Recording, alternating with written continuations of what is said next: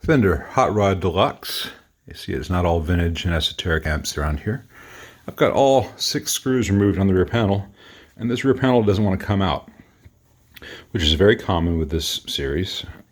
And what happens is people pull and pull and it breaks right here where the wood gets narrow. The trick, I've shown this before, but it's always nice to reinforce it, is just to back out the side screws just the slightest bit. Sometimes you've got to do both sides, sometimes one side's enough. Yeah, this one's going to need both sides done. Doop-a-doop-a-doo. That just takes the compression off the sides of the cab where the wood itself squeezes. At that point, the whole thing should come out pretty easily. All right, you can hear that it's not coming out too easily because it still has the old factory stickum. But there was no pressure to break the wood with those screws backed out. Okay, let's see what's going on with this. Yep. Let's see if I can get the light a little bit better. As I suspected, got a leak coming out of this IC brand filter cap. That one's not visibly leaking. Neither are the other two. But if this one's leaking, the others are on the verge. They're crappy caps, they're going to get changed.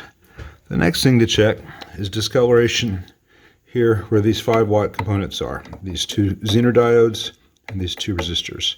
You can see the board's got some darkening there. When I pull this board out, you'll probably see a lot more on the other side. So these need to get changed.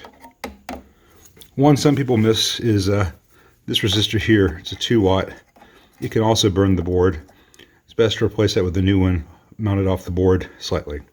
Same with the new ones that are going to go here, here, here, and here. Just same values, just mounted with some airflow.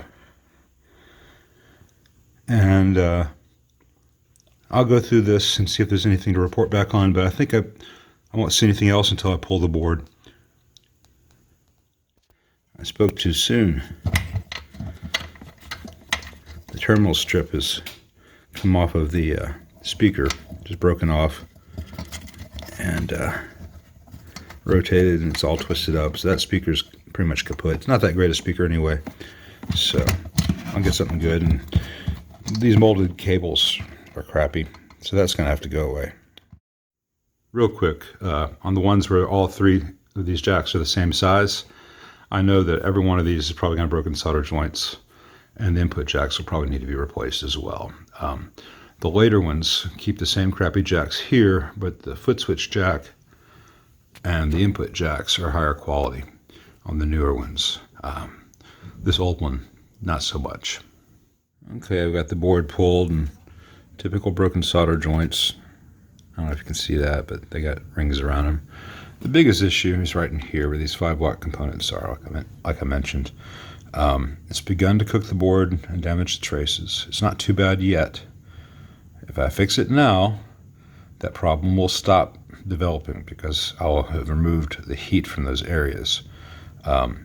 Every Hot Rod DeVille and Hot Rod Deluxe in the world either has this problem or will have this problem. If you have one of those amps and you love those amps, take them to a very good tech and ask them to change out the 5-watt Zener diodes, or 16 or 15 volt, I have to look at the schematic, I don't remember, and the 5-watt 470 ohm resistors there. And hopefully it's done before this heat damage happens, and have them elevate them off the board a good ½ inch, and they can use some little Teflon standoffs if they want, and it'll keep the amp from cooking itself. The series has a few other issues I'll get into later. Some plate resistors that always fail in the phase inverter, etc., etc. But this is the big thing. This and the filter caps.